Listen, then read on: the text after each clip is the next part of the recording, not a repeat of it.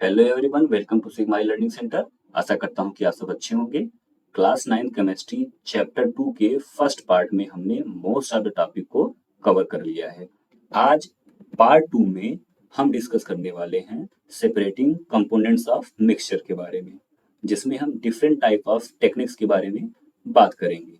अगर आपने पिछली वीडियो नहीं देखी है तो ज़रूर देखें, लिंक आपको डिस्क्रिप्शन बॉक्स में मिल जाएगा। वीडियो को शुरू करने से पहले मैं बता दूं कि अगर आप चैनल पर पहली बार विजिट कर रहे हैं तो चैनल को सब्सक्राइब ज़रूर करें, और वीडियो आपके लिए हेल्पफुल हो तो लाइक करें और अपने फ्रेंड्स को भी शेयर करें।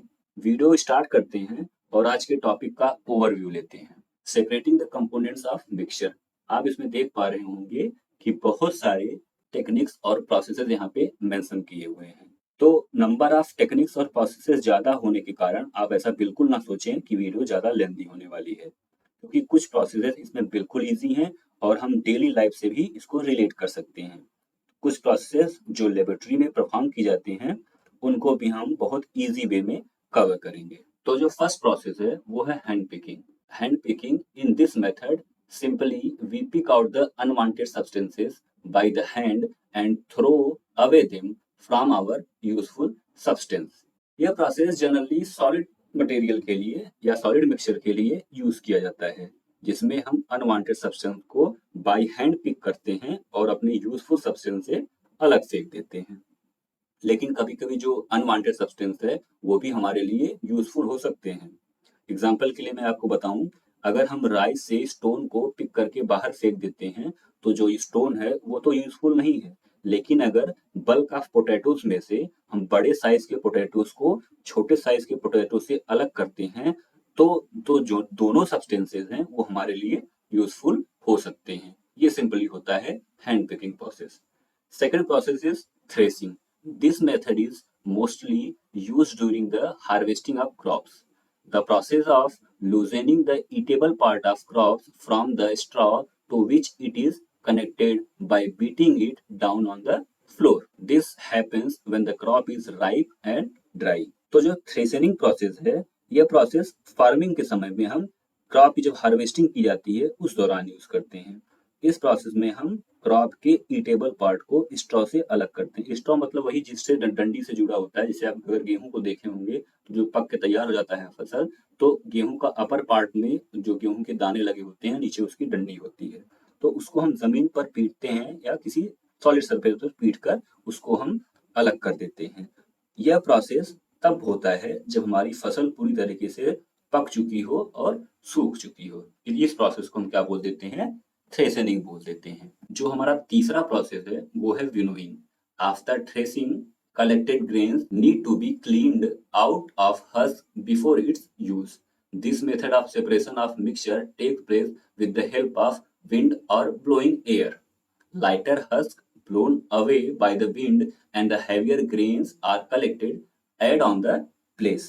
जो थ्रेसिंग के बाद का ये प्रोसेस है उसमें हम क्या करते हैं कि जो हम ग्रेन को इकट्ठा किए रहते हैं उसमें कुछ न कुछ हस्क लाइक घास फूस भूसा टहनी पत्ती रहती है, उनको हटाने के लिए हम इस प्रोसेस का यूज करते हैं। इसके लिए हम हवा की हेल्प लेते हैं और जमीन से कुछ ऊंचाई पर हम जो ग्रेन लिए रहते हैं उसको जमीन पर गिराते हैं। तो जो हल्के सब्सटेंस होते हैं वो हवा के ही डायरेक्शन में दूर चले जाते हैं। मतलब जो घास फूस है, टहनी है, जिसको हम हस्क बोल रहे हैं, वो हवा के डायरेक्शन में दूर चले जाते हैं और जो हैवी हमारा ग्रेन है ना वो हमारे पास में ही इकट्ठा हो जाता है। इस प्रोसेस को हम क्या बोल देते हैं? विनोइंग। और हमारा जो नेक्स्ट प्रोसेस है वो है sieving. This process is used when mixture have different types of substances. The mixture is pass through the pores of sieve. All smaller substances pass easily by the pores and the bigger substances of mixture are retained. Sieving के प्रोसेस में जो हमारा mixture होता है उसमें different type के substances होते हैं और इस प्रोसेस में हम एक छलनी लेते हैं। छलनी मतलब छन्नी, जिसको हम सीव बोल रहे हैं यहाँ पे, उसको लेते हैं और मिक्सचर को उस छलनी में डालते हैं और हल्का सा उसको शेक करते हैं। हम पाते हैं कि जो हमारा स्मॉलर सब्सटेंस है वो पोर्स के थ्रू इजीली नीचे के साइड चला जाता है और जो बड़े सब्सटेंस हैं मिक्सचर के वो वहीं छलनी में ही रह जाते हैं। तो इस प्रकार से हम सॉलिड के छोटे पार्टिकल और बड़े पार्टिकल्स को या सब्सटेंस को सीविंग के मेथड के द्वारा अलग कर सकते हैं। ठीक है। अब जो नेक्स्ट प्रोसेस है हमारा वो है फिल्टरेशन और सेडिमेंटेशन। इसमें क्या होता है कि this is common method of separating liquid from an insoluble solids. Liquid में से इनसॉल्युबल सॉलिड को अलग करने के ये कॉमन मेथड होता है। एग्जांपल के लिए सबसे अच्छा एग्जांपल आपने आपके डेली लाइफ का है वो है चाय। आप चाय उबलने के बाद चाय छन्नी से चाय को छानते हैं तो आपकी चाय जो है वो आपके कप में आ जाती है और चाय की पत्ती जो है वो छन्नी में ही रह जाती है। ये होता है फिल्टरेशन। अगर बात करते हैं सेडिमेंटेशन की तो जो हैवियर इम्प्योरिटी है सॉलिड की लिक्विड में प्रेजेंट वो धीरे धीरे जिस भी कंटेनर में रखा गया होता है मिक्सचर उसके बॉटम में बैठ जाता है और जो हमारा लिक्विड है वो ऊपर की साइड रहता है। ये प्रोसेस थोड़ा सा टाइम ज्यादा लेता है और इस प्रोसेस को हम क्या बोल देते हैं, सेडिमेंटेशन। फिल्टरेशन का एग्जांपल एक और हो सकता है कि mixture of sand and water. अगर आप पानी में से बालू को या सैंड को अलग करना चाहते हैं तो क्या करते हैं, सिंपली उस पानी को जिसमें सैंड मिला हुआ है उसको हम फिल्टर पेपर या छन्नी के द्वारा छान देते हैं तो पानी हमारा अलग हो जाता है और छन्नी में या फिल्टर पेपर पे हमारा बालू या सैंड रह जाता है। इतनी बात क्लियर हो गई। अब आगे बढ़ते हैं। नेक्स्ट प्रोसेस है centrifugation. When solid particle in liquid are very small and pass through filter paper then filtration technique is not useful। अगर जो सॉलिड के पार्टिकल हैं वो इतने छोटे हैं कि फिल्टर पेपर में से भी पास कर जाते हैं तो वहां पे हम जो फिल्टरेशन की टेक्निक है उसका यूज नहीं करते हैं। फिर उस मिक्सचर के लिए हम यूज करते हैं सेंट्रीफ्यूगेशन प्रोसेस का। इस प्रोसेस में क्या होता है कि जो डेंसर पार्टिकल होते हैं मतलब जिनकी डेंसिटी ज्यादा होती है मिक्सचर में वो हमारे जिस भी पॉट में रखे गए रहते हैं उसके बॉटम में जाके सेटल हो जाते हैं और जो लाइटर पार्टिकल होते हैं वो क्या करते हैं, टॉप पे रहते हैं। अगर एक ऐसे इंस्ट्रूमेंट में उसको रखा जाए जो कंटिन्यूअसली रोटेट कर रहा होता है। ठीक है, तो इस प्रोसेस को क्या बोल देते हैं हम, सेंट्रीफ्यूगेशन। अगर इसके एप्लीकेशन की बात करते हैं, अगर आपने कभी डायग्नोस्टिक लेबोरेटरी में गए होंगे और अपना ब्लड का सैंपल या यूरिन का सैंपल दिया होगा तो जो वहां पे इंचार्ज होते हैं वो क्या करते हैं, आपके ब्लड को लेते हैं और एक छोटे से टेस्ट ट्यूब में उसको रखते हैं। उनके पास एक इंस्ट्रूमेंट होता है उसमें उसको रख देते हैं। उसको जब इंस्ट्रूमेंट को ऑन करते हैं तो वो रोटेट करना स्टार्ट कर देता है। रोटेट करने पर क्या होता है कि जो आपके ब्लड में या यूरिन में डेंसियर पार्ट होती है वो क्या होती है, बेस में चला जाता है, मतलब बॉटम में जाके सेटल हो जाता है और जो लाइटर पार्ट होते हैं वो ऊपर चले जाते हैं। एक तो ये इसका एप्लीकेशन हो गया। जो दूसरा इसका यूज है वो ये है कि वॉशिंग मशीन में हम कपड़े, गीले कपड़े को उसमें से पानी को अलग करने के लिए भी हम वॉशिंग मशीन देखते होंगे कस के रोटेट करता रहता है तो हमारे गीले कपड़े से हम पानी को निचोड़ के निकाल देते हैं। और थर्ड यूज जो आता है वो होता है हमारे घरों में या डेयरीज में हम मिल्क से बटर को अलग करते हैं। आपने घर में देखा होगा अब तो बहुत सारे इलेक्ट्रिकल इंस्ट्रूमेंट आ गए हैं। पहले क्या होता था कि एक लकड़ी की डंडी होती थी, नीचे उसके ऐसे ऐसे कुछ राउंड जैसा होता था और उसको हम मथनी बोलते थे। वो क्या करती थी घर में हमारी मम्मा लोग कि जो हमारा मिल्क होता था उसको कस के रोटेट करती थी। कुछ देर रोटेट करने के बाद जो हमारा बटर होता था वो मिल्क के ऊपर वाले पार्ट में चला आता था। तो ये प्रोसेस क्या होता है, सेंट्रीफ्यूगेशन। अब जो नेक्स्ट प्रोसेस है वो है separating funnel. This technique is used for the separation of to immiscible liquids. Immiscible liquids का मतलब क्या हुआ कि दो लिक्विड जो एक दूसरे में मिलते ना हो, मतलब या तो कलर के द्वारा या तो किसी और भी मीडियम में वो एक दूसरे से डिफरेंट होते हों। तो उसके लिए हम किस टेक्निक का यूज करते हैं, उसका नाम है separating funnel. The two immiscible liquids separate out in layer depending upon their densities. Less dense liquid float on the top of the higher dense liquid. इसको समझने के लिए आप इस फिगर को देखिए, ये है सेपरेटिंग फनल। इसमें आप देख पा रहे होंगे कि यहाँ पे दो लिक्विड्स आपकी हैं। एक लिक्विड आपकी ये ब्लू कलर की है और एक लिक्विड आपकी येलो कलर की है। यहाँ पे स्टॉप कॉक लगा हुआ है ताकि आपका जो लिक्विड है वो नीचे ना आने पाए। ठीक है, इसमें हम क्या करते हैं, तो इमिसिबल लिक्विड्स को इसमें हम डाल देते हैं। ये आपकी दो इमिसिबल लिक्विड्स हैं। एग्जाम्पल के लिए यहाँ पे केरोसिन ऑयल को लिया गया है और वाटर को लिया गया है। तो जो वाटर की डेंसिटी है वो केरोसिन ऑयल से ज़्यादा होती है, इसलिए वो सेपरेटिंग फनल के नीचे के साइड चला आता है और जो आपका केरोसिन है वो ऊपर की साइड रह जाता है। तो कलर के बेस पे भी हम डिफरेंट यहाँ पे कर पा रहे हैं और दूसरा किस बेस पे कर रहे हैं, वो लिक्विड के डेंसिटी के बेस पे कर रहे हैं। अब दोनों डेंसिटी अलग-अलग हैं, जिनकी डेंसिटी ज़्यादा है वो नीचे के साइड आ गए हैं, जिनकी डेंसिटी कम कम है वो फनल के अपर साइड में है। तो इस स्टॉप कॉक के द्वारा हम उसको धीरे से ढीला करके जो हमारा लिक्विड जिसकी डेंसिटी ज़्यादा है उसको एक बीकर में कलेक्ट कर लेते हैं और इस फनल में बच जाता है हमारा लेस डेंस लिक्विड। ठीक है? अगर यहाँ पे केरोसिन और वाटर की जगह हम ऑयल और वाटर भी ले लें, तो भी हम सेपरेटिंग फनल के द्वारा हम उसको सेपरेट कर लेते हैं, क्योंकि जो ऑयल की डेंसिटी होती है वो वाटर की डेंसिटी से कम होती है। आप देखते होंगे कि वाटर की ऊपरी सरफेस पर वो जो ऑयल है वो फ्लोट करता रहता है। और दूसरा एग्जांपल या एप्लीकेशन की बात करें, in extraction of iron from its ore, iron को उसके ओर से अलग करने के लिए भी हम इस टेक्निक का यूज करते हैं। इसमें जो लाइटर स्लैग्स हैं, मतलब अनडिजायरेबल जो सब्सटेंसेस हैं, वो हम अलग कर लेते हैं। कहाँ से? ऊपर से। और जो मॉल्टेन फेज में आयरन होता है वो बॉटम से, यहाँ से हम उसको कलेक्ट कर लेते हैं एक पॉट में। ये हो जाता है सेपरेटिंग फनल की टेक्निक। अब बात करते हैं सेडिमेंटेशन प्रोसेस की। This process is used for separation of such mixtures that contains a sublimable volatile component. Sublimable volatile component का मतलब क्या होता है? सब्लिमेबल का मतलब ये होता है कि ऐसे सब्सटेंस जो सॉलिड से डायरेक्ट गैस फेज में चले जाए बिना लिक्विड फेज में गए हुए।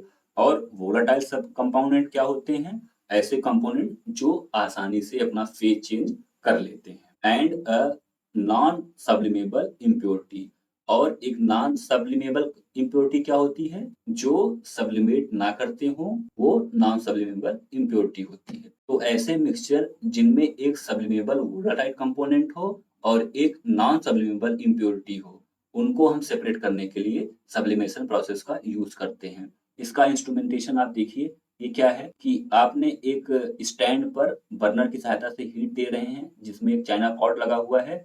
चाइना पॉट में आप अमोनियम क्लोराइड और साल्ट को रखते हैं। आपको पता है कि जो हमारा अमोनियम क्लोराइड हो गया, कैम्फर हो गया, नैप्थलीन हो गया, एंथ्रासीन हो गया, ये सब्लिमेबल कंपोनेंट होते हैं। इनको हम हीट देते हैं तो ये डायरेक्ट क्या करते हैं, सॉलिड फॉर्म से वेपर फॉर्म में या गैस फॉर्म में चले जाते हैं, लिक्विड फॉर्म में गए हुए बिना। ये जो आप देख रहे हैं ये उल्टा रखा हुआ क्या है? फनेल है, जिसको हम क्या बोलते रहे हैं? Inverted funnel. और फिर जो फनेल का ऊपरी हिस्सा जो खुला हुआ था उसको हम कॉटन के द्वारा बंद कर देते हैं, जिससे कि ये वेपर जो कैम्फर के हैं वो बाहर ना निकलने पाए। तो जो कैम्फर है वो सब्लिमेट कर गया, ऊपर चला गया, और जो हमारा चाइना पॉट है यहाँ पे, वहां पे सिर्फ और सिर्फ हमारा साल्ट ही बच जाता है। इस प्रोसेस को हम क्या बोल देते हैं? Sublimation process. अब नेप्थलीन और एंथ्रासीन ये क्या होते हैं? एक तरीके से भी ये कंपाउंड होते हैं, इनका स्ट्रक्चर थोड़ा-सा टिपिकल होता है, इनके बारे में आप आगे अच्छे से जानेंगे। और सब्लिमेशन के प्रोसेस के बारे में या डेफिनिशन के बारे में मैंने आपको पिछले लेक्चर में बताया है, यहाँ पे मेंशन भी कर दिया है कि the state change directly from solid to gas without going to intermediate state, that is liquid state. अब यहाँ से शुरू होता है ये प्रोसेस पूरी तरीके से हमारे लेबोरेटरी में परफॉर्म किया जाता है। अभी तक इसके पहले हमने देखा था कि जो लिक्विड थे वो इमिसिबल थे, लेकिन यहाँ पे जो सेपरेशन किया जा रहा है वो मिसिबल लिक्विड का किया जा रहा है। मतलब यहाँ पे जो लिक्विड्स हैं वो एक दूसरे में घुले हुए हैं। इस प्रोसेस का नाम क्या है? Simple distillation.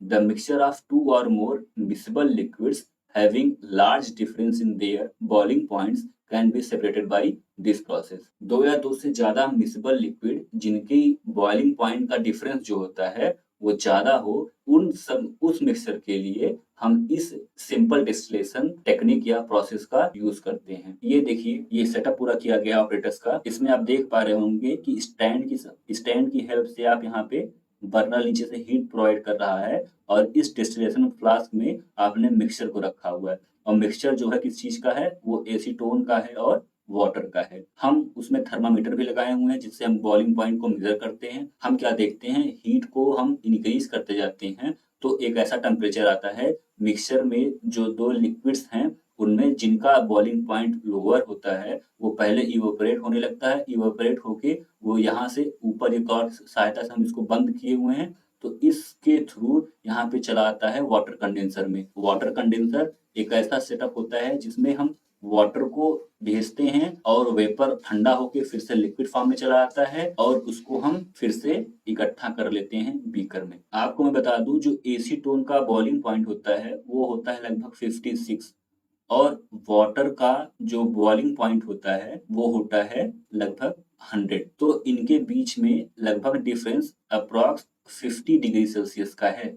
मतलब ऐसे मिसिबल लिक्विड्स जिनके बॉइलिंग पॉइंट का डिफरेंस लगभग 50 डिग्री सेल्सियस का होता है, उसके लिए हम सिंपल डिस्टिलेशन प्रोसेस का यूज करते हैं। उसका सेटअप यहाँ पे आपने देख लिया है, कैसे सेटअप रखा जाता है और कौन कौन से मिक्सचर वहाँ पे रखे गए हैं। अब बात करते हैं कि अगर 2 या 2 से ज्यादा मिसिबल लिक्विड हो और उनके पास जो उनकी बॉइलिंग पॉइंट की डिफरेंस हो वो लेस देन 25 डिग्री सेल्सियस हो, तो क्या करते हैं?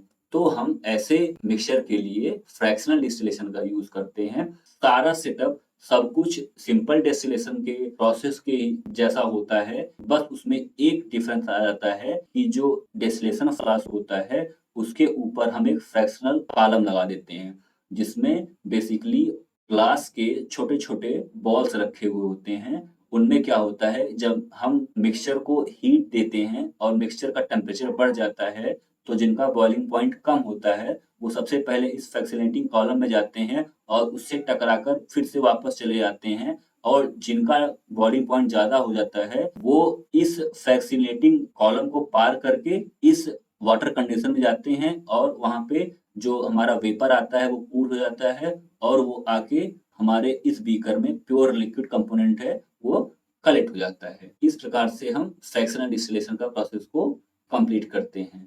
इसका जो की फैक्टर है सिर्फ वो फ्रैक्शनेटिंग कॉलम लग जाता है सिंपल डिस्टिलेशन के रिस्पेक्ट में देखें तो। एग्जांपल की मैं बताऊं, अगर आपको एयर में से ऑक्सीजन, लिक्विड नाइट्रोजन और आर्गन जैसी गैसेस को अलग करना होता है, तो हम फ्रैक्शनल डिस्टिलेशन का यूज करते हैं और क्रूड ऑयल जिसमें पेट्रोलियम आपका हो जाता है, तारपीन हो जाता है, चारकोल हो जाता है, उनको अलग करने के लिए भी हम फ्रैक्शनल डिस्टिलेशन प्रोसेस का यूज करते हैं। आपका नेक्स्ट और लास्ट टॉपिक जो है वो है क्रोमेटोग्राफी टेक्निक। इस टेक्निक में क्या होता है वो देखते हैं। The separation of different component of a mixture due to their differential movement in a stationary solvent observed by this process। इस प्रोसेस में जो मिक्सचर का कंपोनेंट होता है उसको हम सेपरेट करते हैं, किसके बेस पर? उनके डिफरेंशियल मूवमेंट के बेस पर। इसको कैसे करने का तरीका क्या होता है, इसमें आप देख रहे होंगे कि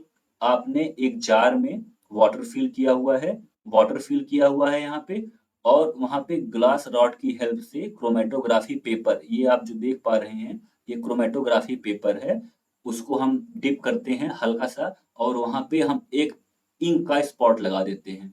उसके बाद हम देखते हैं कुछ देर बाद उस इंक में जितने कलर होते हैं वहां पे कलर का कुछ देर बाद सेपरेशन की वहां पे पीक्स बनती हुई नजर आती है हमारी, डिफरेंट टाइप की। तो इस प्रोसेस को हम बोल देते हैं क्रोमेटोग्राफी। यही प्रोसेस यूज किया जाता है डाई के कलर को सेपरेट करने के लिए। यहाँ पे हम डाई के स्पॉट को लगा दें अगर, उसके बाद उसको वाटर में डिप करके रखें तो ये वाटर को एब्जॉर्ब करता है और डाई में जितने भी कलर होते हैं वो धीरे धीरे अलग अलग होके हमारे इस फिल्टर पेपर पे या क्रोमेटोग्राफी पेपर पे दिखने लगते हैं। बात समझ में आई? इस प्रकार से हमने जितने भी सेपरेटिंग कंपोनेंट ऑफ मिक्सचर की टेक्निक्स थी सबके बारे में अच्छे से समझ लिया है और आई होप कि ये वीडियो आपके लिए हेल्पफुल रही होगी और सारे टॉपिक आपको इजीली समझ में आ गए होंगे। नेक्स्ट वीडियो में हम इस चैप्टर के एक्सरसाइज को कवर करेंगे। तब तक आप स्टडी अपनी कंटिन्यू रखिए and stay connected with us. Thank you so much. मिलते हैं नेक्स्ट वीडियो में।